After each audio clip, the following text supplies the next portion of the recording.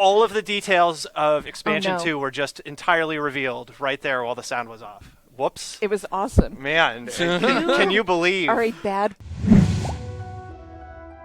Well, hey guys, and welcome to another video. Today I want to talk a little bit about guild chat, and in fact there have been 2 episodes since we last mentioned it, which is good because I get to condense basically both of them down. Though very interesting, the amount of stuff we can actually draw about what's coming up with the game and that I want to express to you all is maybe a little bit on the less side. So we'll start with the one from 2 weeks ago, which did have something very cool, what you've already seen in the title. Yes, the new raid wing is coming a lot sooner than I expected. So there's a bit of a story here. Basically, the first guild chat 2 weeks ago was opened with Colin and Ruby. I like these little pre-stream sections with Colin. It like soothes the audience. Everyone's like, oh, Colin's there, okay, it's cool now. He'll say some high-level stuff and then they get on some devs to talk about some other specific things. But he kind of talked a little bit about the whole seasonal patch, how it had gone. This guild chat occurred just after the Shatterer overhaul went in. That was kind of a big thing about that stream. They talked a lot about him coming up in a second. But Colin kind of talked about the idea of these and the comparison to feature pack. You know, I very readily made that comparison to you guys in videos that our new seasonal format is a little bit like those old ones, except instead of just features like a wardrobe system and so on, they're built around content too. There were some cool clarifications as well. So the idea is that at the start of one of these seasonal patches, you get a big dump of stuff. You get the balance patch, which I think really was kind of the original kernel of what it was going to be, and then it kind of grew into a lot of other things around that. But you get kind of a big thing at the start, and then trailing through the rest of the quarter before the next big one, they are going to keep splicing in little updates. And sometimes, as it seems, maybe not so little at all, because raids were indeed confirmed to be one of the things. We've got a new raid that you'll see this quarter, and new raid wing, rather. It's kind of crazy to me, actually. Online, the devs expressly said, hey, fractals are likely to come with seasonal patches, while raids are the kind of thing that can just be dropped in at any point. It's really bizarre to me, then, to think, why are raids the things that they drop in kind of randomly, while fractals are like at the dedicated, big chunks of content? Surely, if anything, a fractal is easier to make than a raid wing? I mean, a raid wing is several encounters in a row, and that's not to say that a fractal can't be too. Think about like the Snowblind fractal. You've got sort of an encounter of climbing down the cliff, sort of an encounter of melting the ice wall, an encounter with the big frosty guy, an encounter in the forest, and then finally an encounter with these Lorna at the end. So fractals kind of can be split in that way, but to compare a single fractal to something as large as, say, the Spirit Veil, come on, surely raids are kind of at least on par with fractals. In any case, what this means, though, is that within this quarter, we will be getting the new raid wing.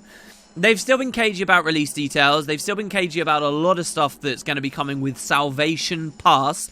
Such a white mantle-y name to that. But I am very excited, actually. I talked to you guys on a couple of episodes recently about how raids are kind of really interesting things, I guess, to release for the devs, because almost built into that format of content is the idea of having some rest for your players, right? Like, there is such a thing as too many raids and too much difficult, insane stuff too fast. People like to be able to go in there, practice a raid, master it, get good at it, and then reap a decent amount of rewards before finally that itch for hard content comes back to them. And then that's when the devs can release the next wing, and it kind of all works out perfectly. And I think that actually, if we see this thing go in like a month or two, I'm about ripe. I'm about ready. I'm ready to dive in, about to go in there, know life again, and learn some other crazy things. It's funny, I remember how difficult the Spirit Veil was when it first came out. There hasn't been that much balance change. There really hasn't.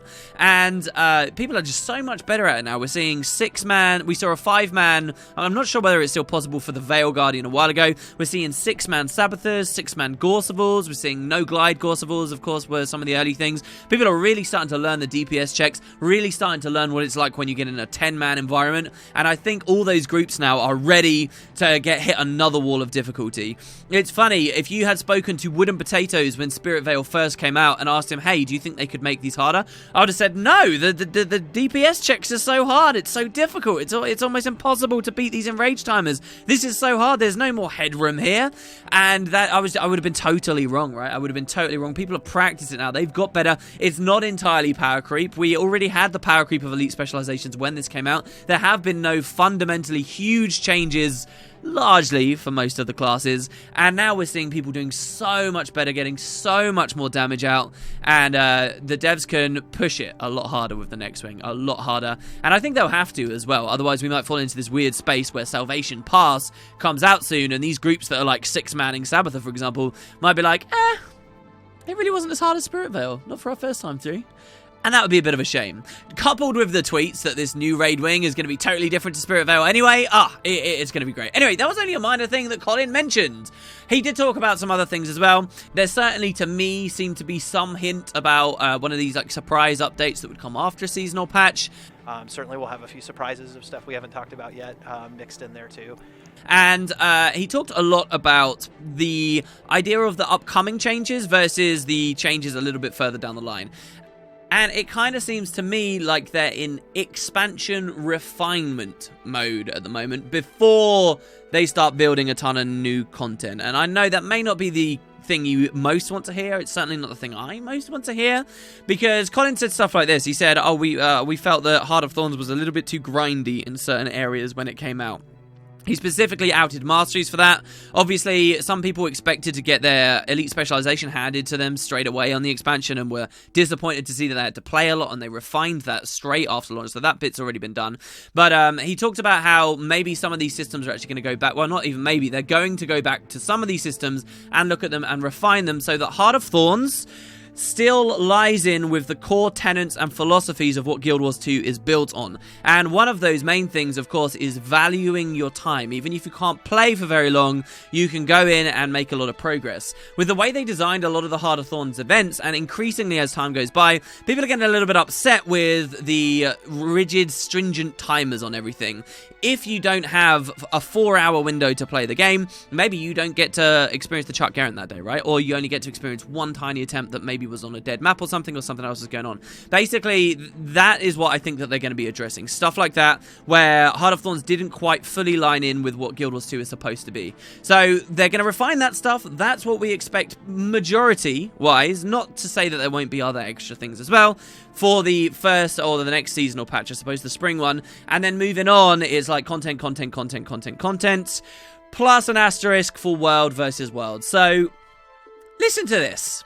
We move on, and another, I think, one more big update that's pretty exciting is we said at the beginning of the year, World versus World Resurgence is a name that you will be hearing soon enough. Okay, am I listening to that wrong? Am I just so out of the loop here? Does that sound like the name of the World versus World overhaul we have heard oh so much and yet oh so little about? Is World versus World Resurgence? Is that like the name? Is that the title for it? Or is that just, a term to describe the update? Whatever the case, yes, Colin did talk a little bit more about the World versus World stuff. Seems like we'll be getting more news from the World versus World devs themselves on it. What I found really interesting is he said they are effectively rebuilding a game mode. Wow, and he even compared it to developing World vs. World at launch. That spells some pretty significant changes right there, guys. And I don't know, maybe it's just me getting caught up in PR talk. I'd like to think he's just a guy talking about something he's passionate about, though. It does seem that it's coming further and further along every day now.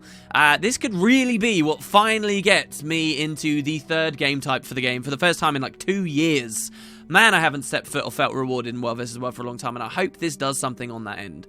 So there you go. That's pretty much that's what Colin had to say. Kind of wishy-washy in places, but kind of really important and cool in other places. And we'll keep an eye out as the weeks go by. Second section of this original stream from 2 weeks ago was, as I say, focused on the Shatterer. 3 developers came on, each invested in a different element of the Shatterer revamp. We had someone who would work on the enemies, someone who'd work on the achievements and design, and someone who had worked on kind of the other core changes like gliding and the siege and so on. They had some cool stuff to talk about, and I almost want to make an apology. Maybe to them in some weird way, or maybe to you guys in the audience in some way, but I feel bad, especially after having watched this stream. I feel bad about overthinking the damn Shatterer patch. It could not be clearer from this point of interest, okay, when you sit down and watch it, that this genuinely was like, a dev was like, okay, there's a legendary collection bug where you can blind the Shatterer. Well, let's change that. Okay, well, hold on. Everybody also, while we're doing it, why don't we get rid of, the stack spot? Okay, let's change that. All right, well, while we're doing that, Corteria Gliding's coming as well. Let's change that. All right, well, hold on. Why don't we put on a couple of break bars and some stuff? And it really was that. It wasn't like the Marionette, and it wasn't like Triple Trouble, and it wasn't like Dequatl from a design standpoint in any way. It seemed like just a couple of people making some changes, and then I come along, and I feel bad for getting overly excited, hoping that they'll do all these badass things, doing that dedicated video on it about all the exciting possibilities, getting all you guys pumped about what the possibilities could be too, and then, I don't know, setting myself up for disappointment. I knew on some level I might have, and I just feel bad because this is exactly like the Brew Monastery thing, the Brew Club, right? Like, I feel like devs should be empowered to just, if they want to make a couple of changes to the game, be able to do it and do some cool stuff and not get backlashed at by the community because they didn't do more at the same time, and I feel like I sort of encourage that on some level. In any case, they did talk about some mechanics involved with the Shatterer fight that I didn't even know existed. Mostly it was just kind of, hey, here's how we ended up designing it, here's how it ended up growing. Not too much interesting.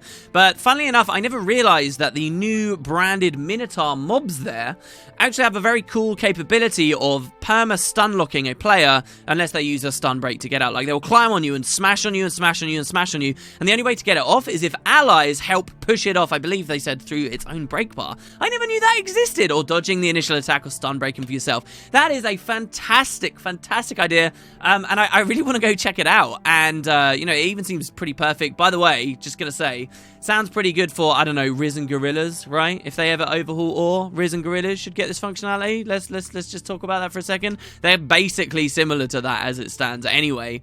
And then another mechanic as well, when you're gliding, if you get turned into a crystal while you're gliding, you actually fall out of the ground, and as the crystal, you then start doing damage to everyone else. That's cool. I didn't know these things existed. And if there was anything that I could really draw from what the devs were talking about with this Shatterer patch, it was, I think I learned something about myself in terms of why I like the harder content sometimes. And it specifically comes down to mechanics like these that players just don't even get to experience. Several times throughout this stream, Ruby was saying, oh, I didn't really know what was going on. I was just running around shouting, running around like I had my head cut off. And that really isn't such a crazy experience for her to have had. The first time I did the Shatterer, the second time I did the Shatterer, the third time I did the Shatterer, it was still very difficult to discern everything that was going on. And with the way that the rewards are structured, where this is kind of an easy encounter, this is something that's designed to just go in, do it a little bit, get the achievements, forget about it, and move on. You tend to find players have that experience where they go in and they leave. They don't know about these interesting, cool little nuances and quirks to the encounter. But then on the other hand, when you have content that is super difficult, when it's really involved, and when you really have to key in and learn about it, all of those mechanics, those animations, those ideas are really given room to flourish and breathe in the minds of the audience, right? And I think what makes me then like the hard content is that fact. And what makes me dislike the more face rolly, let's just do it for reward and leave stuff, even if it will continue to benefit the game forevermore because of all the new players coming through, I can't help but feel sad that there's cool things and then people just don't experience them or don't learn about them. I can teach people about them to some extent through videos, but wouldn't it be cooler if people knew about it actually there in-game? And that I guess is a key fact about why I think I enjoy the harder stuff and the stuff I have to spend longer on, because I really get to draw the maximum value out of what the developers have created. So yeah. That was the first of the two streams that pretty much summed up nice and quick for you guys. The next stream was the most recent. It happened just this past Friday, where Ruby talked mostly to the creature team. Now, I say mostly because at the very start of the stream, there was a clarification about scribing costs. Scribing costs would probably fall under the category of a little bit too grindy or difficult, as Colin was expressing the week before. Now, there is some details on the forums about exactly how they're assessing scribing, about how some scribing recipes don't quite make perfect sense. I'm going to leave it. It's fairly generic stuff, though, okay? And I'm going to leave talking about it until we actually have it in-game in a patch note. Otherwise, I'm going to mention it here, and then I'm going to mention it later, and then I'm going to mention it later again. And there's just no point repeating ourselves. But scribing stuff do look like there's going to be a change sooner rather than later, and I'm waiting until I start pursuing scribing myself until those go in, which is going to be kind of funny because now I think a lot of people are going to do what I'm doing, and then when the changes go through, all of a sudden the economy is going to go out of whack again as everybody decides to get their scribes, so we'll see. But the rest of the stream was with the creature team. This was absolutely fantastic, and specifically there was a section in the Q&A at the end that I really, really, really loved. Those of you who have already watched it will know exactly what I'm about to be talking about. So we got to see some behind the scenes. We got to see how these creatures are created with two of the guys from the creature team.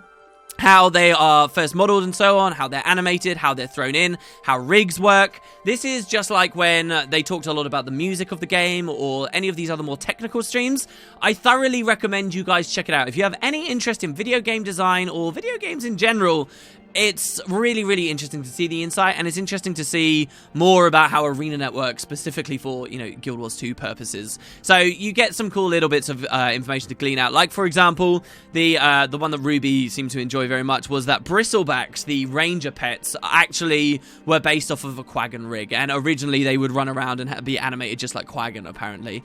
Also, I found it cool to see in some of the footage while they were doing the test area stuff, as you can see on the screen right now, this is like a very flat, basic map now. About this time last year, I was doing a lot of stuff with Tyria 3D, data mining, and looking at the various maps that were in the developer clients that we, the players, can never get to. And there were tons of these random, weird, square, flat maps. And I was always like, this is weird. This just seems like a waste of space. I wonder what this is used for. Maybe some kind of testing. And you're bang, damn right.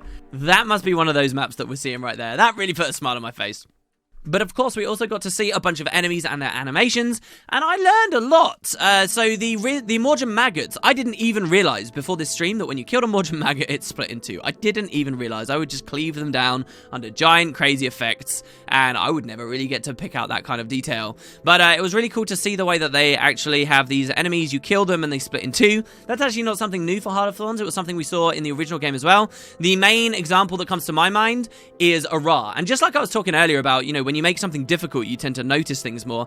Ara Explorable, you know, had much of these very difficult ooze that you'd have to fight. And when you kill the ooze, what it would do is it would explode into this like little projectile that flies through the air, and where the projectile lands, another ooze spawns. And these things were really dangerous, so you end up learning that mechanic, you end up learning that animation. It was very clear in my mind. Little did I know that Morgan maggots were doing the same thing, except with Heart of Thorns, they'd refined it more, and now that projectile that lands somewhere and spawns another ooze, as they did in the original game, for Heart of Thorns, they changed the way the projectile itself looks to be a copy of the enemy, of the maggot, and it's like rolled up in a little ball spinning, so you get to see this really seamless thing. You get to see how they've iterated and improved on some old ideas.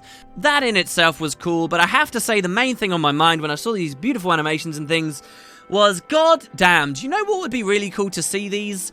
A bestiary feature where you get a little preview of the enemies. You know, you unlock more information about them as you kill them, and then you get to play different animations on there just whenever you like, and you get to see them being used. You get to examine them, you can zoom in. What a cool feature that would be. I love that in other games. You guys know I've been talking about a bestiary. You know that I've been developing a bestiary. Those of you who have been following the stream or have been Patreon have had a lot of very deep insights into the way that's always been looked at by me, and I just was thinking about this constantly. And funny enough, in the Q&A at the end, somebody specifically asked the devs, hey, what do you think about a bestiary idea?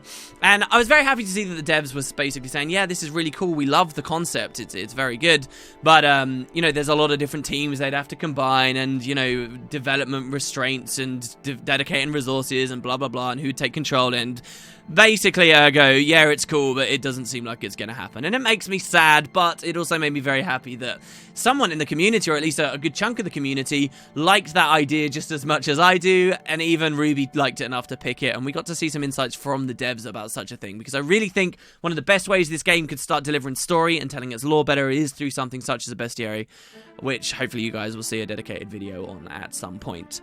The other cool thing that I got a little bit from the Q&A section was people talking about Guild Wars 1 a little. The discussion of what do you do with a Guild Wars 1 creature when you bring it to Guild Wars 2. Kind of standard responses here, like, hey, it's a bigger, better game, we've got more resources, we can make the enemies look better, so of course we're going to spruce them up, but we're going to keep a core part of their original design. I think they missed an opportunity there to talk a little bit about the iteration of, say, something like an oak heart, right, that changed drastically, and I couldn't help, alright? We're going to end this video with a bit of a tinfoil hat on our heads. Will we see more creatures from the first Guild Wars? Maybe that will return to the world of Tyria? I can give a strong maybe. Thanks.